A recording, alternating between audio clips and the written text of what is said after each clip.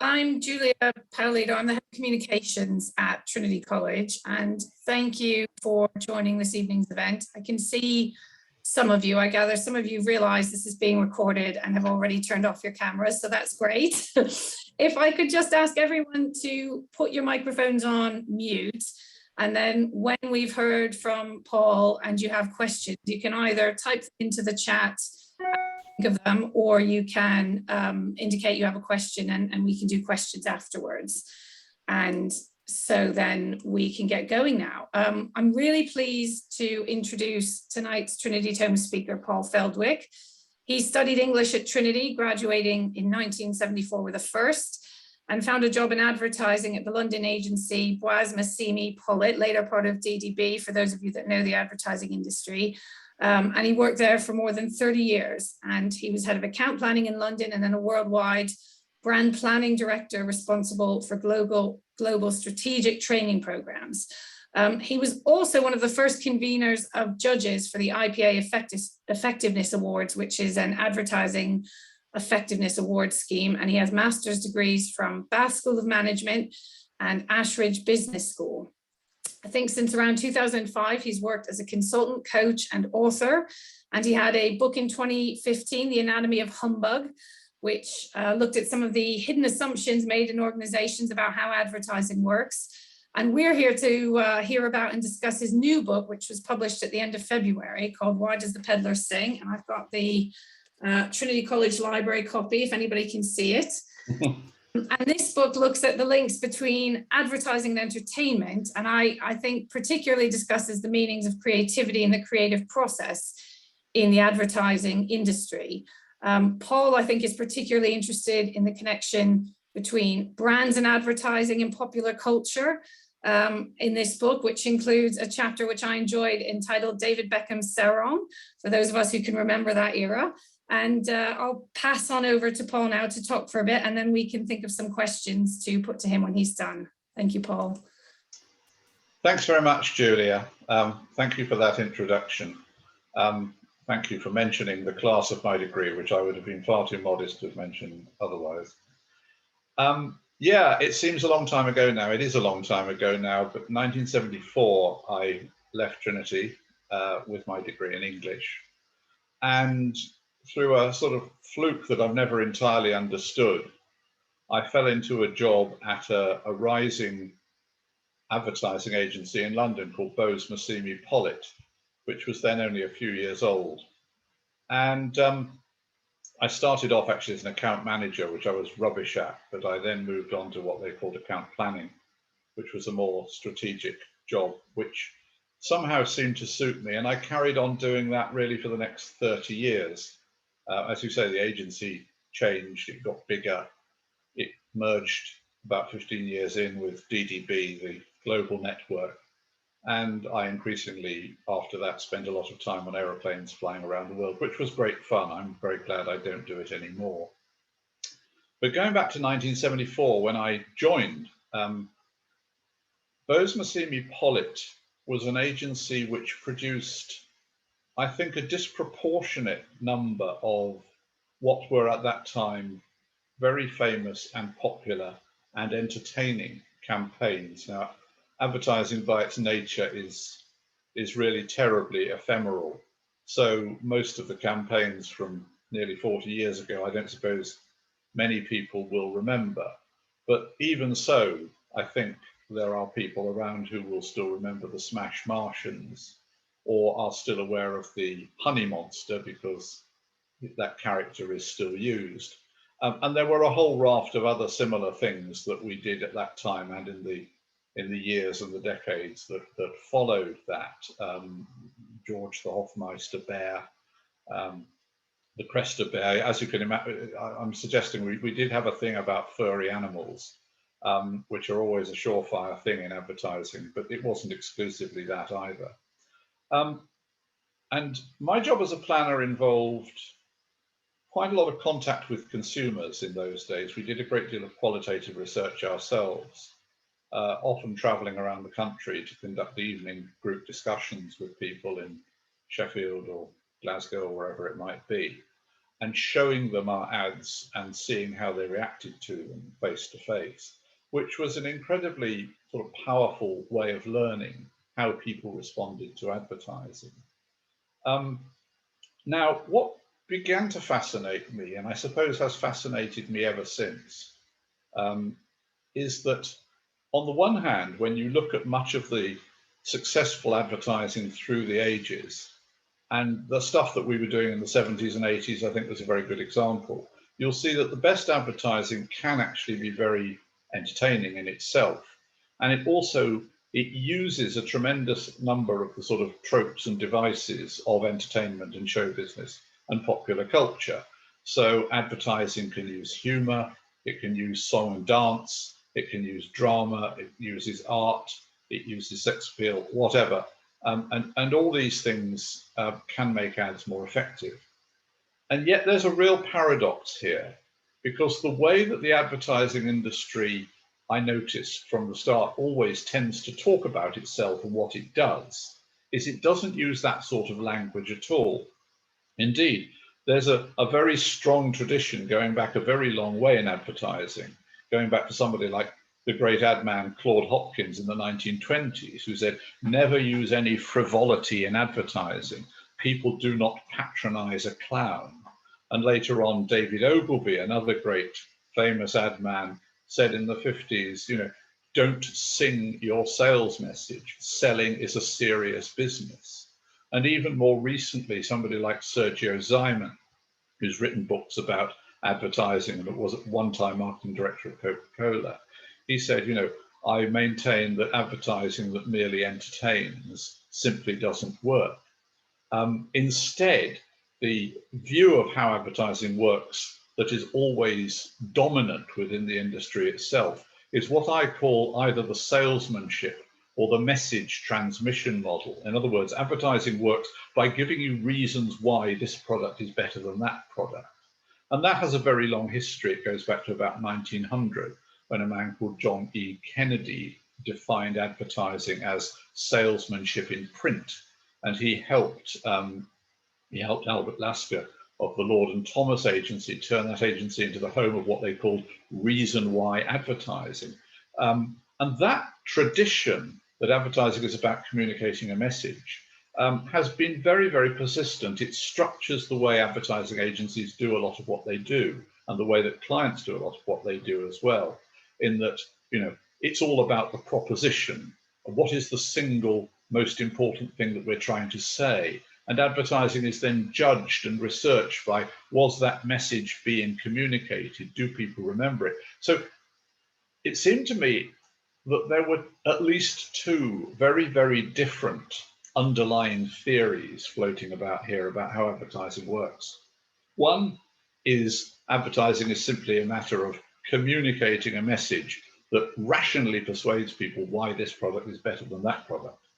And yet, when you actually look at most advertising that is really effective and powerful in the marketplace and builds brands, you find it's full of, dancing monkeys and singing polar bears and clowns on bicycles, and goodness knows what other kinds of frivolity and flippancy.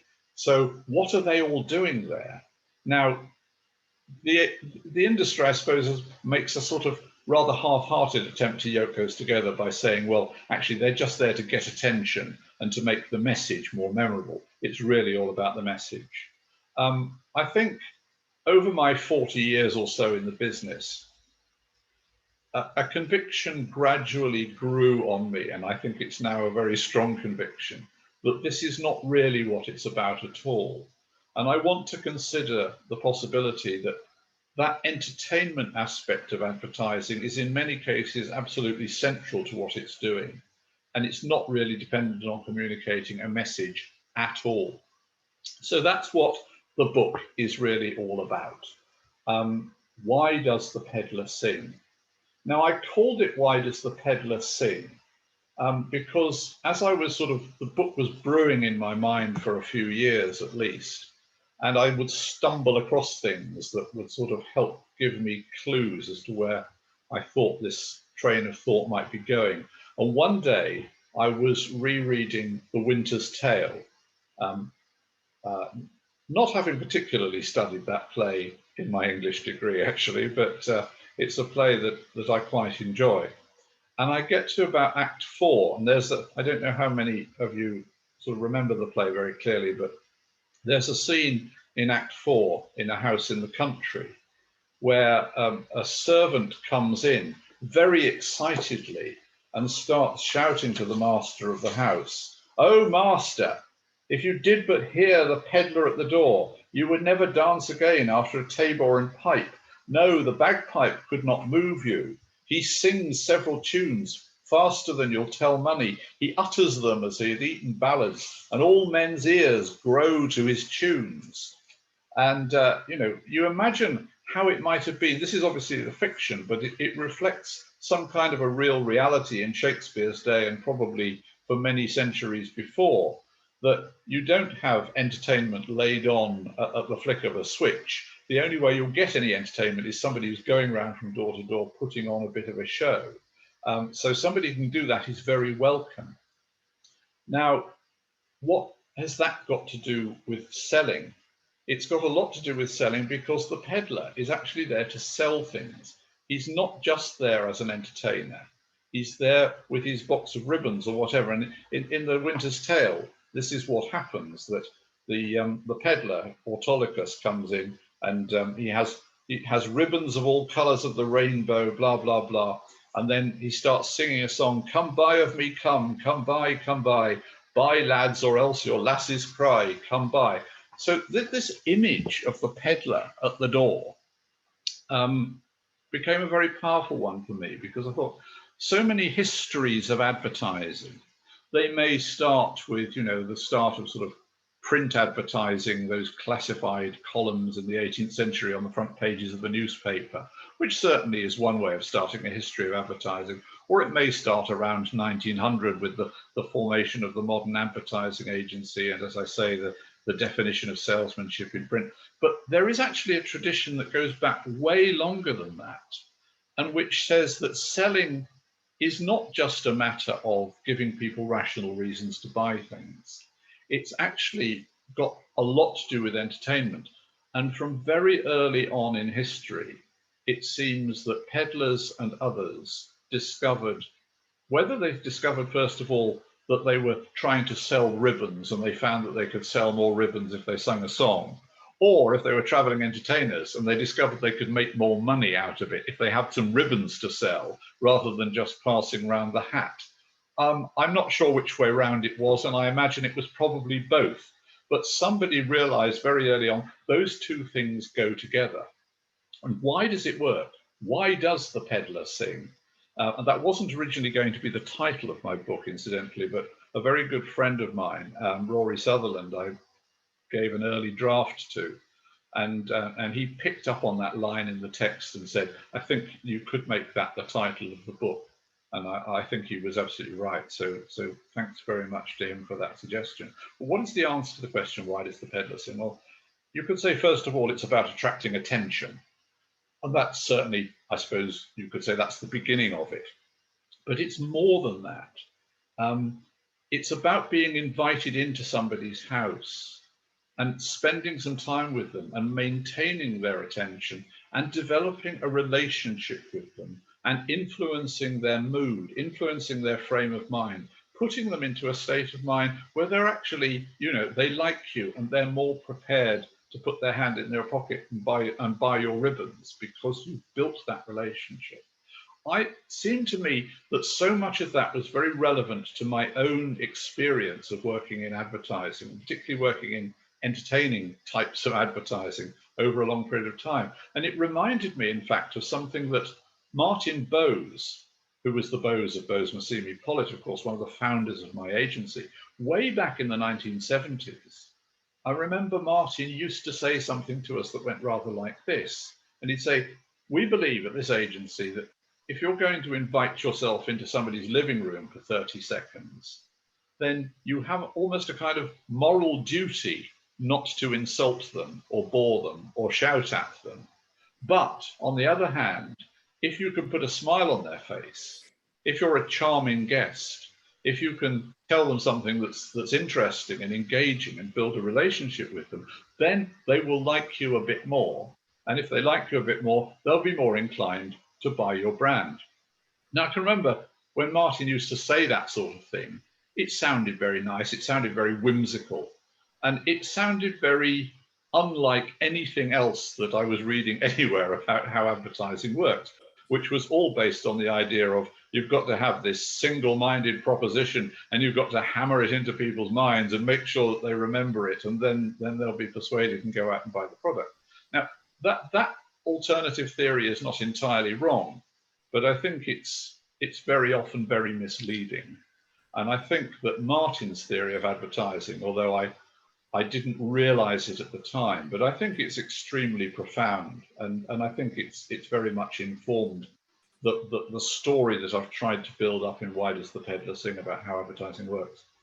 Because the other thing is that today we actually have now a lot of new bodies of theories about how advertising works that very much back this up and give it a great deal more respectability than it might have had 40 years ago.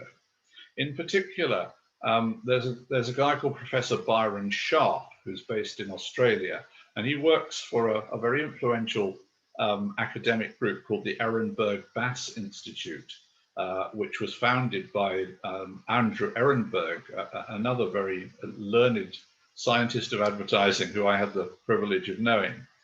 And for about 30 years, the Ehrenberg Bass Institute have been developing a theory of advertising that says, actually, advertising doesn't really persuade, it doesn't really differentiate, it doesn't really tell people facts that change their minds. All it really does, and all it really needs to do, at least most of the time, is it has to increase what they call mental availability. In other words, it makes you more likely to think of that particular brand quicker in many situations when you might be making a brand choice. And what we now know about the mind suggests very strongly that, other things being equal, what you think of more easily, more fluently, is something that you're more likely to prefer and something that you're more likely to choose. So simply increasing that mental availability is one very important way of increasing the probability that you'll choose that brand. I think that theory can be probably extended a little bit. I mean, the idea of availability comes from the neuroscientist Daniel Kahneman, and he talks about the availability heuristic, which is why we prefer things that come easily to mind. He also talks about something called the affect heuristic, which is we tend to prefer things that we associate with good feelings rather than bad feelings, things that we're attracted towards rather than repulsed from. Now, these are all fancy language, which gives a good deal of academic respectability and credibility to some very simple propositions that I think we could all have worked out from ourselves, and is pretty much what Martin Bowes was telling us all 40 years ago. You know, if this brand is more famous, if this brand is something that you associate with nice feelings rather than nasty feelings, these are the things that are actually, in most cases, are going to influence your choice in terms of, do I want a Coke or a Pepsi? Would I like to drive a BMW or a Mercedes Benz? Am I going to go to British Gas or Bulb? I mean, these kind of decisions, they may be mediated through rational choices that we can think and reflect on, but actually they are fundamentally driven at a much more gut level. And of course, there's a lot of neuroscience that can back that up as well, that says all decisions are ultimately emotional. So one can get scientific about it, one can get clever about it. But I think the bottom line comes back to the same thing. It's explaining why, why those ads that appear so frivolous and irrelevant, and which we so often had such great difficulty selling to our clients on that basis, because neither they nor even we could really articulate quite why they worked. We just had a hunch that they did. And I mean, I think the amount of time we spent with consumers face to face left me, and I think all of us, with a sort of deep conviction that if you sat in front of a room full of people and showed them an ad and they smiled and laughed, you think, this is going down quite well, this is probably going to work. And if they all sat there stony faced or said that's really irritating or I'm really bored, you kind of felt this is not going to do very well. It was just a sort of gut feel, but we didn't have that theory to articulate why it mattered. I think we can now elaborate a very compelling theory as to why it works that way. And that's what I've tried to spell out in Why Does the Peddler Sing? It takes some of these findings like Byron Sharp, which he spells out in his best-selling book, How Brands Grow, talking about mental availability. And it kind of wants to build on that by saying, well, that's all very well to say mental availability is really important, but how do you actually create mental availability? And in order to answer that question, I have sort of translated that rather dry academic term mental availability into a much more popular term. And the one that I tend to use mostly is fame. Again, it's not an entirely original thought. Others have said this in the past, you know, advertising is about making things famous. But again, it's a concept that's very underestimated in advertising. It sounds too banal. It sounds too much like show business. And the advertising tradition itself is much more about, no, we're not in that vulgar world of entertainment. We are actually in this high calling of salesmanship, which works on a completely different level. And I think that can be very, very, very misleading, if you like. So in the Why Does the Peddler Sing, I try to pull all these different themes together.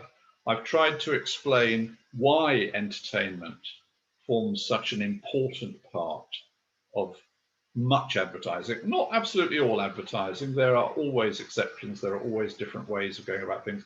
And there are different types of situation where entertainment is less appropriate or not appropriate at all.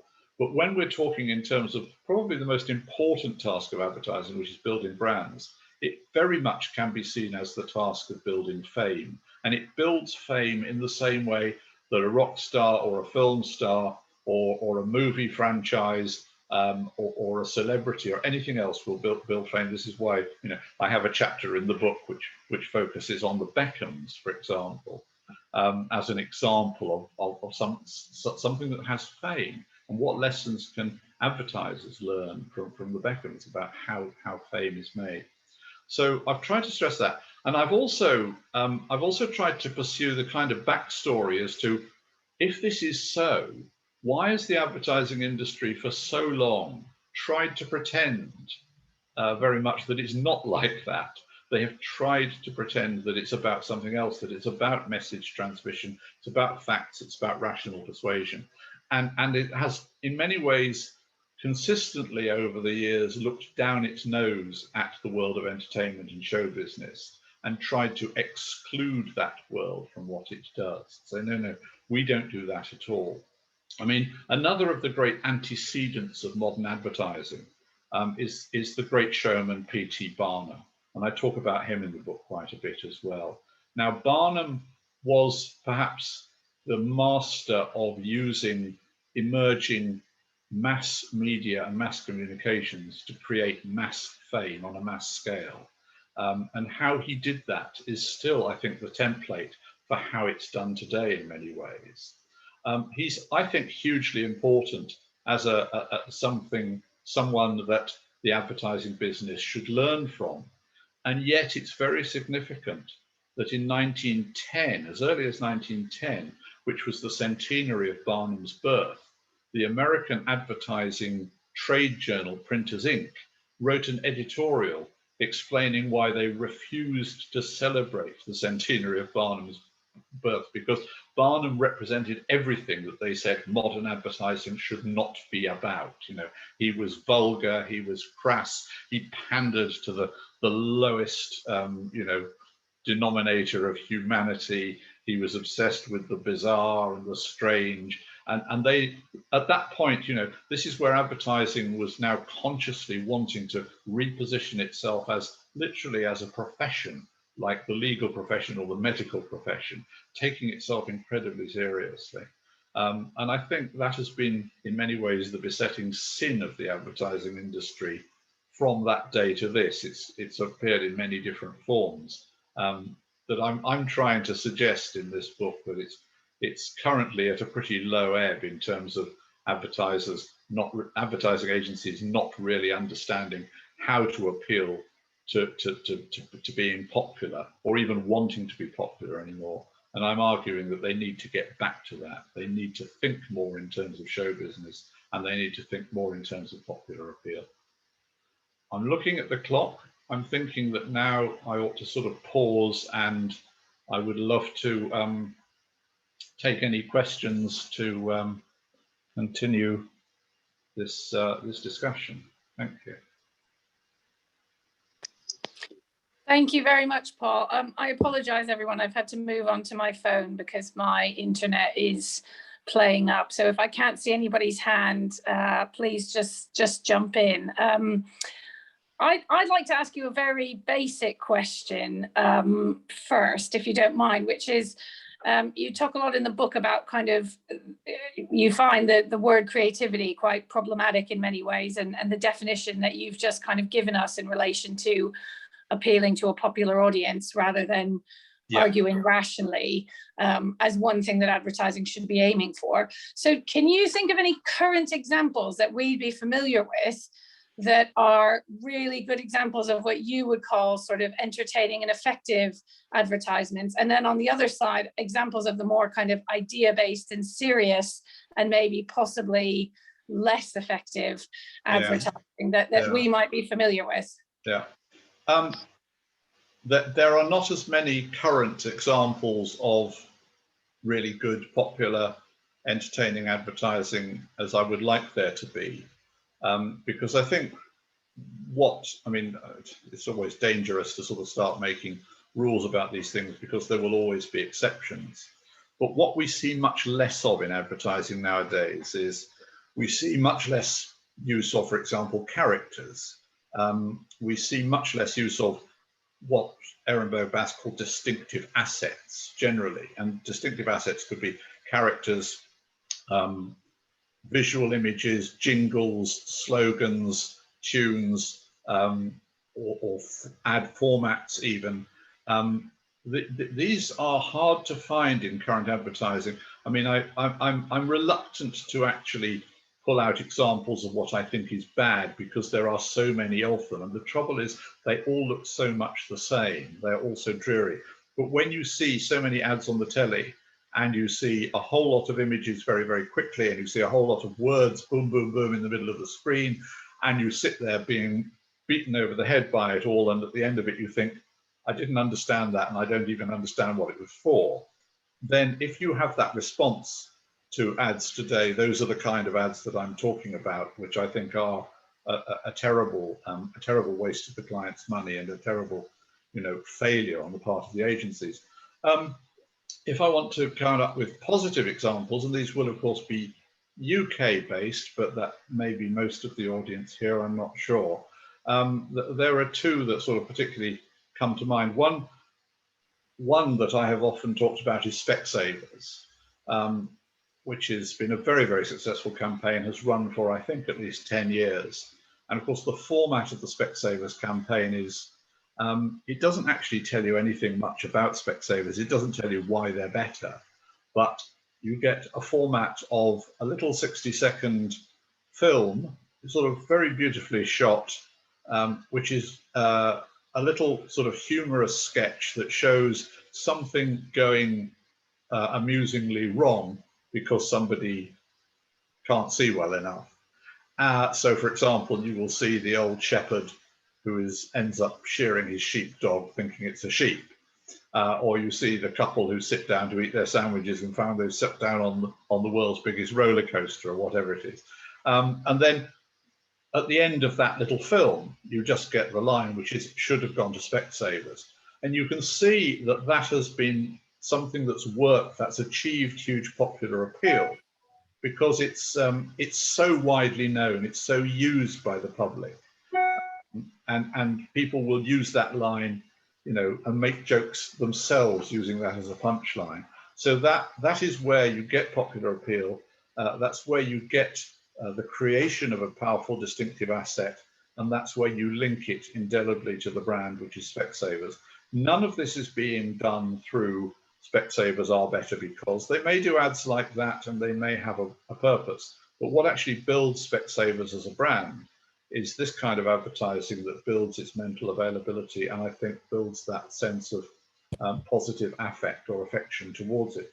The other one, which I think has done really well, although I think it continually, I think, is in danger of losing its way, and then I think it's got better again, and then I think it's got worse again, are these guys, the meerkats for Compare the Market, which again has now been running for, I would say, some 10 years or so. And I mean, I believe, just through talking to people who've worked on this account, because they've never published the results, this has been incredibly successful.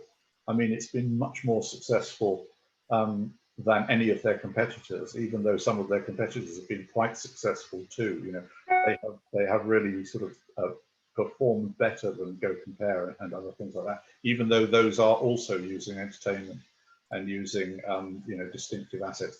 But these are very powerful distinctive assets. They are characters, they involve drama, they involve interaction, and you know, animals are often very, very powerful because we relate to animals at a sort of almost childlike emotional level.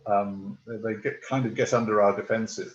So Alexander Orlov, the meerkat, with his extraordinary Russian accent and that whole thing is a complete fantasy, which it would be so easy for any client to have said, don't be ridiculous, I can't possibly do that. And yet they have been very, very successful in building mental availability and I think liking for this brand.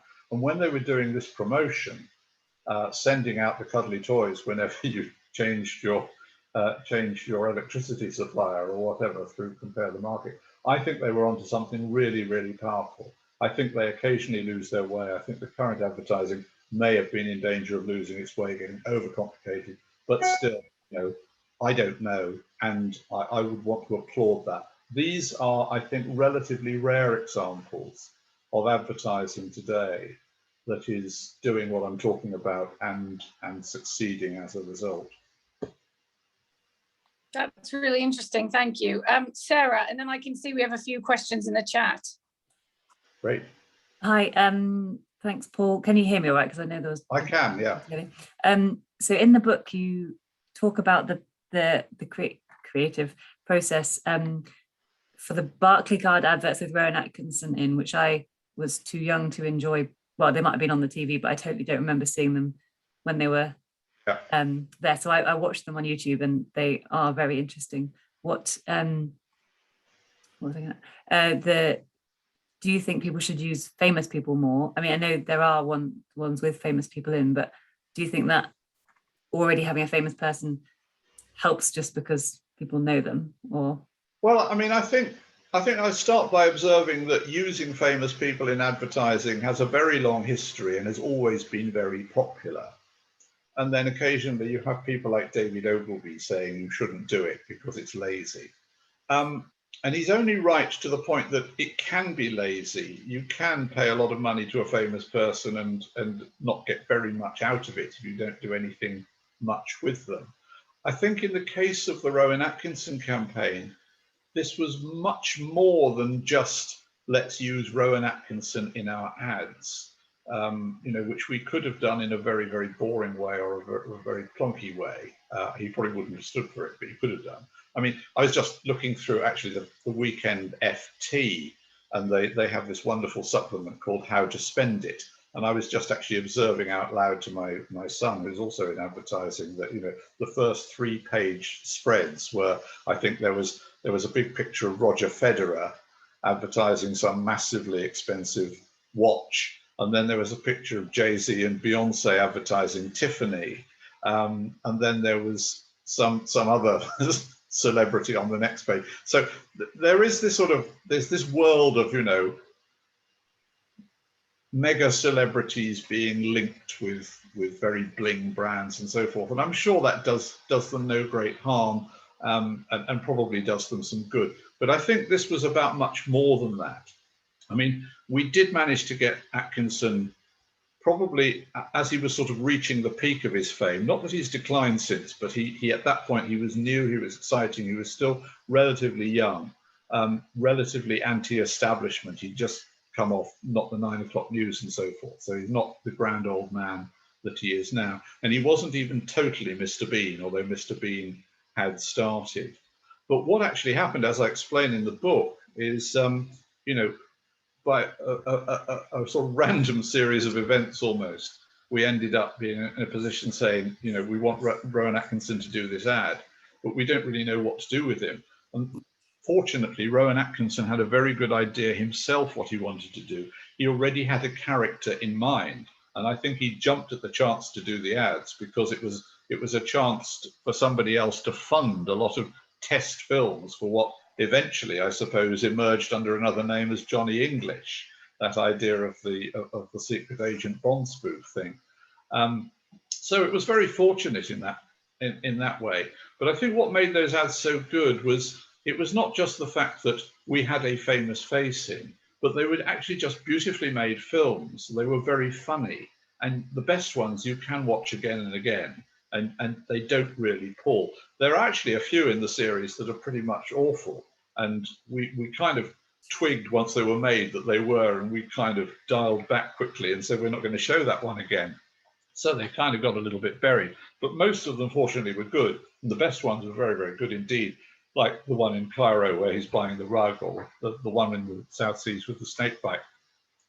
And they are very good because Rowan Atkinson and John Lloyd, his director, were so heavily involved in crafting them themselves. Our creative department were involved and they did a lot of the work, but I would say that the whole direction was coming actually from the talent that we had hired. And I think there's a very interesting point there, which I maybe now would stress more than I did in the book even, which is that, you know, there's a long history in advertising agencies of kind of wanting to protect their own turf and saying, we're the people who know how to write ads. But actually, I think in many cases, people who work in the entertainment business, people who work in show business, are in a much better position to write really good ads than people in advertising agencies. Now, of course, there are exceptions. People in advertising agencies have produced a lot of really good ads, but there are probably less of the other sort because the entertainment people have been kept out of it. But when you let them in, they can actually do it because I mean, I'm just reading at the moment, I'm reading an autobiography by Stan Freberg. I hadn't realized, who did a satirist, humorist, did a lot of best-selling records and radio programs and things back in the 50s and 60s onwards. And I hadn't realized Stan Freberg did a tremendous amount of advertising, a lot of very successful advertising, a lot of very humorous, very groundbreaking and very powerful advertising.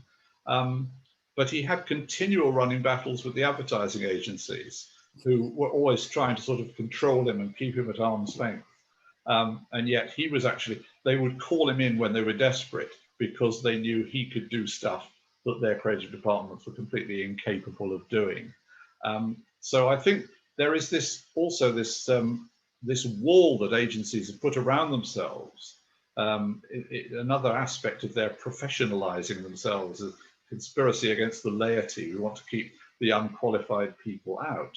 And yet, actually, those people in show business are perhaps in many ways more qualified to produce successful advertising than many of the people in agencies, certainly the people in agencies today. That's really interesting. Thank you. We've got a couple questions in the chat. So we've got one from Mike Leahy.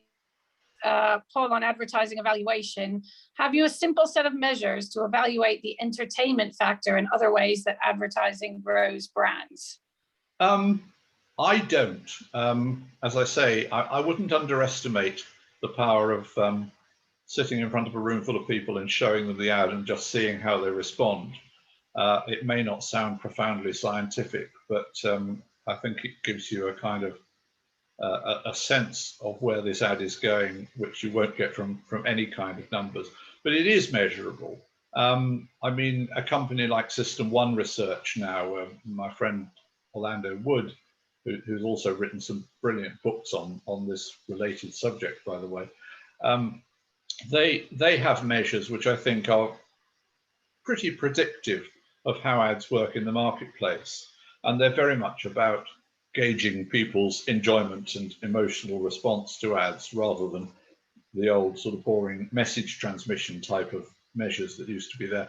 To be honest, I'm no longer actively in the business in the same way. I'm less interested in the nuts and bolts of measurement than I used to be. I used to write about it endlessly. But I think once you get the basic principle of, once you know what you want to measure, you can have a pretty good go at measuring it. If you're actually trying to measure the wrong thing in the first place, then, you know, however good you are at it, you are misleading yourself. Thank you. Roderick, I think, had a question about how what you talked about in relation to advertising applies to online ads. And he says, I find it very easy to ignore them personally, as everybody always says, but are they really, like all ad headlines or streamlines, just a form of clickbait? Mm-hmm. Gosh, I mean, I have views about this without feeling I'm an expert on it, but I certainly, if nothing else, I'm on the receiving end of this stuff as much as anyone. And I suppose one of my feelings about online ads is that, and I'm thinking of something like, let's take, you know, the ads you get in a Facebook feed, for example, and there would be equivalents in Instagram and other similar platforms. But if you take those ads, one thing I would observe about them is it's incredibly difficult to do an ad that looks different from any of your competitors. They are so constrained. You know, you can hardly choose a headline. You cannot choose a typeface. It's a very small space that you're playing with. You know. So I mean, for example, I like cheese. So in my Facebook feed, I get a lot of ads for cheese. I've probably had, even today, I've probably had about 10 different ads from companies selling cheese. I cannot remember the names of any of them. They all look exactly the same. They all show a nice picture of some cheese. They all have a little bit of blah, blah, blah about, you know, Duckworth cheddar is the nicest and you know, we can send it to you, do. So now, I also happen to have been doing some consultancy work in the last year with a company that sells cheese. So I have a professional interest in this. And I say to them, are you sure you're right to spend all this money on social media advertising? And they say, oh, yes, we know it works because we get a good return on our investment. It drives people to our website and we sell cheese. And I'm prepared to believe it. I haven't been into the data and crawled all over it and tried to prove them wrong, but I'll take their word for it. But I think the problem is that everybody who goes on Facebook to advertise their cheese is basically in exactly the same situation. And what that advertising can do for you is basically it's a salesman for your cheese. It'll get you some customers for your cheese, and it'll take a large cut out of your margin, but it'll still leave you some left over, so you're all right. So you go, oh, this is good, I'm selling some cheese. What it will never do for you is create any kind of competitive advantage. And you could be a really big and really marvelous cheese company, and on social media, nobody will know that you are any different from somebody who's basically selling a few cheeses out of their garden shed in a very small way. You will come across exactly the same way. So there's no way you can use that advertising to build a brand or to create a competitive advantage of any sort. In fact, it's even worse than that, because what happens, as we all know, is as soon as you just make a whisper about, I think I might be looking for some cheese, or even if your wife goes looking for cheese online, it gets into the bloodstream of the internet, and suddenly you're bombarded with cheese ads. So if you buy a cheese from cheese company A, it's a safe bet that you will then get ads for 10 other cheese companies within the next couple of weeks. So the implication of this is, if I'm using this medium to sell myself, I'm actually not just buying, I'm renting shelf space in a very crowded supermarket where all my competitors have exactly the same amount of shelf space alongside me. And also, whenever anybody buys my cheese, all my competitors are going to be allowed to target that person in order to take the business away. So it seems to me that it's a very seductive thing Advertisers get suckered into it. It's kind of like crack cocaine. Once you start on it, you can't stop, because that's how you build your business. And yet, actually, what you are doing is not only not creating any competitive advantage, you are probably, if you had any, diluting your competitive advantage. I hope this is clear enough as a bit of a ramble, and probably cleverer people than me who are more up to date with the way this all works could make a more articulate case for it. But it seems to me that's the fundamental problem with that kind of advertising. That's really interesting. Thank you. We've got 2 more questions in the chat, 3 actually. One is, do celebrities carry more risks nowadays with how quickly they can get into a social media storm, such as when their less visible past gets dragged up or they misstate on contentious issues and get cancelled? I cannot see that happening with the lovable Honey Monster or Alexander Orlov. Yeah. Very good point. It's always been a risk with using celebrities, and many people have kind of used that as a reason for not liking to use celebrities. I mean, it's always a risk. I don't think it's such a massive risk. If it goes that bad, you just kind of make a decision whether to pull the plug on them or not. If Tiger Woods is caught cheating on his wife or whatever, you make a decision: do we stand by him or not? And many people didn't. I mean, thinking back to some of the most famous advertising campaigns of the 1970s featured Jimmy Savile, but fortunately, or unfortunately, perhaps I should say, nobody knew what he was up to in those days.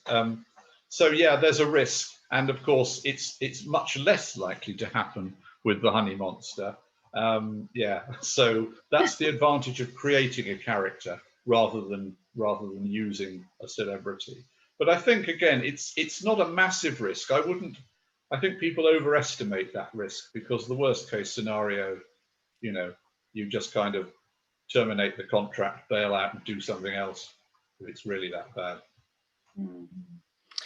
I've got 2 questions for you that both ask about whether things are old-fashioned in the industry now. So one is, isn't a song PR jingle more memorable than the spoken word? And what about stories in an ad that develop over a very long time, like the Gold Blend romance that everyone followed for about 20 years now? Are both of those things considered old-fashioned, or would that still be a compelling way to make an ad these days? Yes, both of those things are, it seems, considered very old-fashioned and very unfashionable, and that's why we see so few of them. On the other hand, we now have much stronger evidence than we ever did that they are also incredibly powerful and that they should be used more often. So that's where you have this enormous gulf between what the industry thinks is cool and what actually works in real life.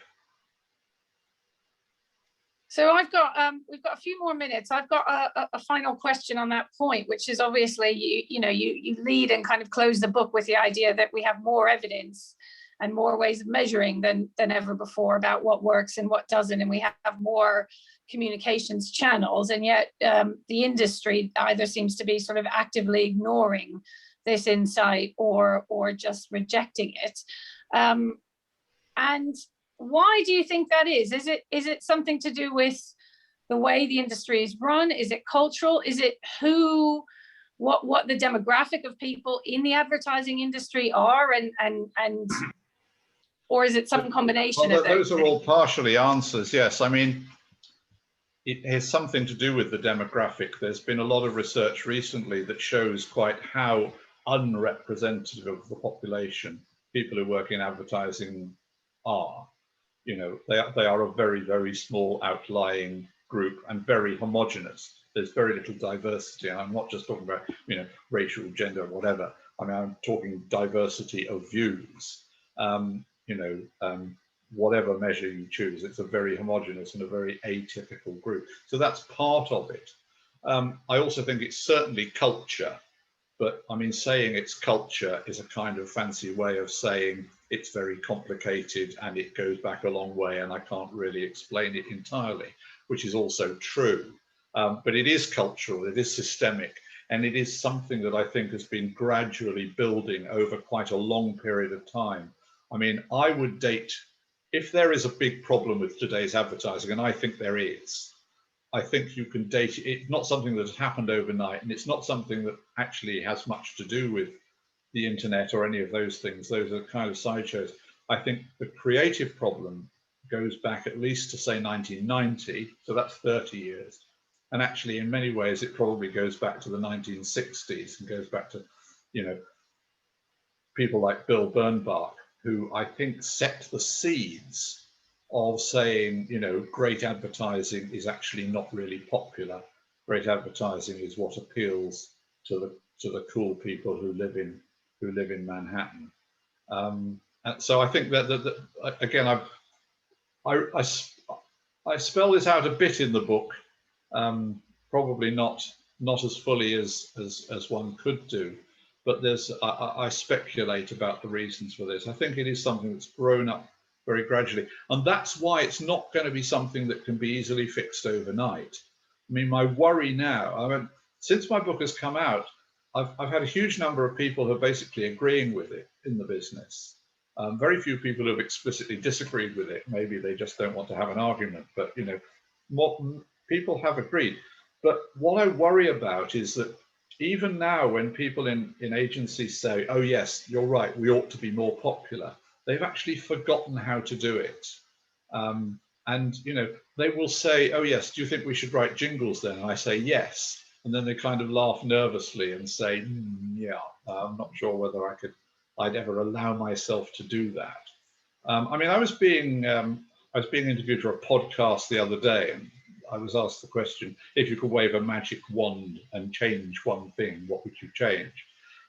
So rather provocatively, on the spur of the moment, I said I'd get rid of most of the people who work in creative departments in advertising agencies today, and I would replace them with somebody else, probably mostly from the worlds of entertainment.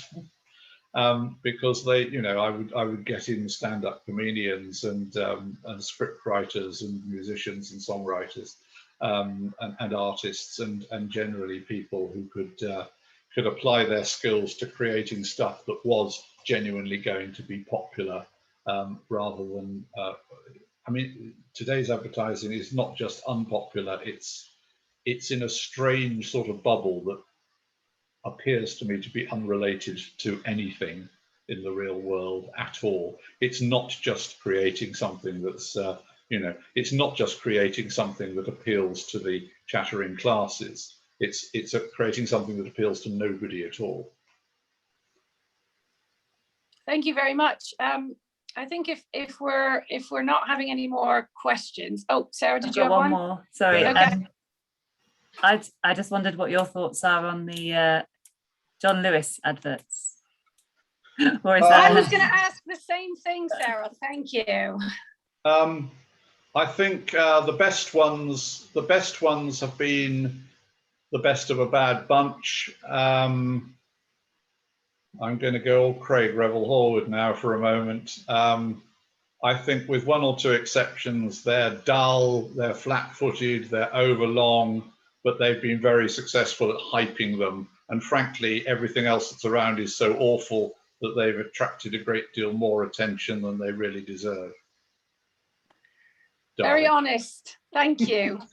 I'm sure we've all found this really, really interesting. And I'd just like to leave by mentioning, fortuitously, we were listening to a Radio 4 program this weekend, and it wasn't about advertising. It was actually discussing chess, but it quoted Raymond Chandler, who said that I think chess is as elaborate and a waste of human intelligence as you can find outside an advertising agency.